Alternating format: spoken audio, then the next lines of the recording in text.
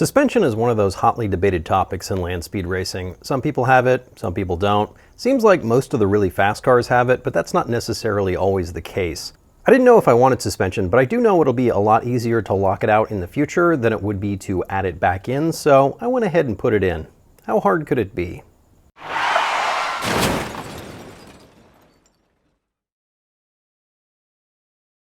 The Bonneville Salt Flats are flat. That's why they race out there. Kind of lazy if you ask me. But they're not entirely flat. As the water dries up, the salt cracks and puddles and you get some interesting patterns. They mostly flatten these out by dragging a heavy flat thing behind a truck, but there are still some imperfections. You wouldn't notice this in most vehicles, even if they didn't have suspension, because tires eat up most of the little bumps. But land speed tires run at very high pressure, so the tires aren't doing much in the suspension department. Do these tiny imperfections in the surface really matter? Well, only if you're trying to go as fast as possible. You might think the purpose of suspension is to keep the vehicle stable while the tires are moving all around, but on a race car, suspension is there to keep the tire pressed into the ground so it can get maximum traction. Bonneville is mostly flat, but some years it's worse, and that really starts to become noticeable at 200 or 300 miles per hour. El Mirage is slower, but the surface can get really chewed up as the day goes on and the dozens of cars feather the throttle on that edge between speed and spinning the rear tires. But there are challenges with suspending a car that has its tires 8 inches apart. You can't really fit A-arms in there. There's also the challenge of getting power to the rear axle with everything moving all willy-nilly. And of course, there's bump steer, which sounds pretty terrifying at 200 miles per hour. So let's go over this goofy design and see why it makes some sense. I'm actually kind of splitting the difference between suspension and no suspension. That is, I don't have independent suspension. I'm basically building a Jeep. Kind of, it's actually worse than that. I'm building a motorcycle with 4 wheels, and I don't mean because it has a motorcycle engine. I mean I'm using a swing arm suspension. Imagine a motorcycle swing arm, but instead of 1 tire in the middle, there are 2 tires on the outside. This is not the best suspension, but I can't really fit a differential and a 4-link in the back of this thing with how narrow it is. I might be able to do a super narrow small diff, but then I'd have to run a drive shaft from the engine, package truck arms and shocks, and probably get a panhard bar in there or something. This all sounds like extra cost and drivetrain power losses. The easiest way to get the power to the wheels is the way the motorcycle did it, with a chain. But you can't have one sprocket stationary while the other one is moving around all nimbly-bimbly, so I designed a swing arm. When one tire goes up, so does the other one. Will this bridge the gap between bouncing off the peaks and actually getting traction? I don't know. Let's find out. But the front is different. I don't have a sprocket or a chain to worry about, so we can go full independent suspension up there. Right?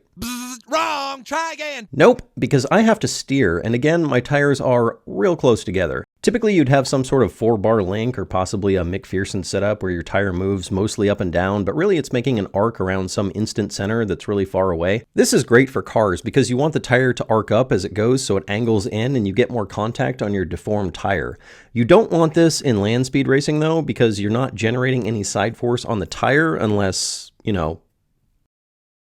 changing the camber on a tire is probably a bad idea at high speeds. You're going to get some camber thrust to the side that changes and is different on each tire. One of the challenges in designing suspension is minimizing bump steer. Bump steer happens when your tire moves up or down and your steering link is too long or short or not in the right place, and it causes your tire to turn a little bit. You can fix this with correct steering link placement, but when you turn the wheel, your steering link moves and it changes everything, and now you have bump steer again. I could possibly minimize this camber change by having control arms that go to the opposite sides to make them as long as possible. This is still not very long because the car is so narrow, but if I did this, I'd need my steering arms to be about as long to minimize bump steer. I guess I could get a steering rack and have the connections on opposite sides, so I'd have to flip the rack upside down, otherwise the car would steer opposite. But then I'd have to make a structure that picks up the suspension on one side while missing the swing of the suspension on the other side. And also I'd have to grab the steering arms and get a steering linkage through all this mess. And you know what? Let's just do the swing arm thing on the front too. Swing arms on motorcycles are typically made with a casting. These are usually hollow aluminum, or sometimes you'll see ones like this that have a webbing on one side. I don't have a casting foundry, nor do I want to pay someone to CNC me out a billet swing arm, so I'm going to make my own using the magic of 2 dimensions. 2-dimensional things are great because they're way cheaper than 3-dimensional things. But here's the thing, 2-dimensional things can be added together to make 3-dimensional things. Can 3-dimensional things be added together to make 4-dimensional things? Only in math class. Some of you are looking at this design and wondering, what's going on here? Why are there spherical rod ends on it? Why is there a big hole in the middle? What's with this weird angle up at the front here? Slow down there, one thing at a time. Let's start with the rod ends. They're there because I need bearings so this thing can swing. If it doesn't swing, it's not a swing arm. That's where the swing comes in.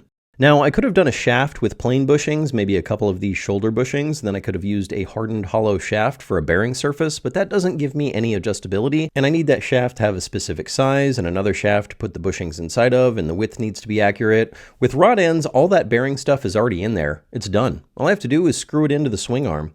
It also has the added benefit of having some adjustment in case things start to walk around a little bit as I weld, which they probably will. Some of you are like, isn't that kind of lazy? And to this I say, yes, and thank you for the compliment. In this context, lazy is just another word for being efficient, and that's what engineers do. We make things efficient. We make the world a better place by making it easier to be lazy. That's literally what we do. You're welcome.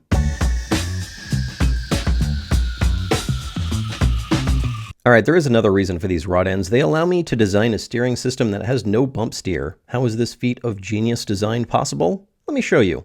You see, I will have a steering shaft that goes down from the top here through the axis of rotation of the swing arm.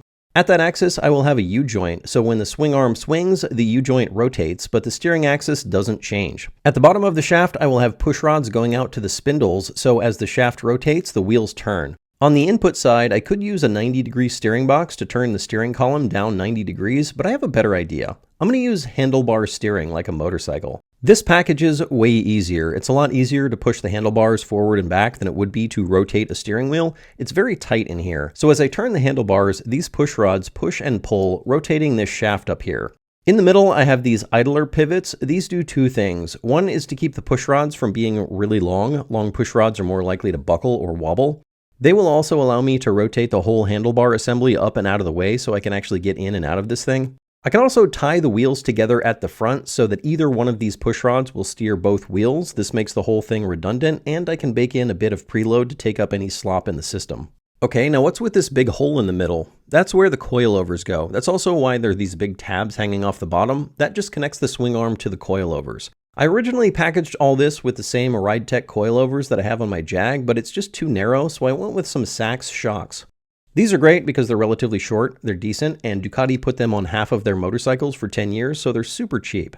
I don't know if I need two of them in the front, but this car will weigh about twice as much as a Ducati, so that makes sense. Also, there was some disagreement about whether or not I need two of them to be rules compliant, since the rules state that you need a damper for each sprung wheel, but now it doesn't matter. So why is it angled up at the front? Well, the spindles I'm using are for a drag racing car. They're made with a 7.5 degree kingpin inclination to get the axis of rotation near the center of the tire. I also baked in a couple of degrees of caster to keep the wheels pointed forward.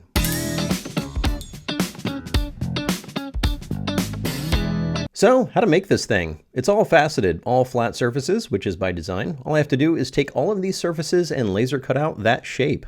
Kind of. Actually, there's some thickness to these parts, so I have to take that thickness away from the adjacent part. I also added tabs, and I highly recommend adding tabs to these parts. It makes everything self-fixturing, so it just kind of falls together. You need to add some clearance. I found about 4/1000ths of an inch, or about 1/10 of a millimeter was perfect.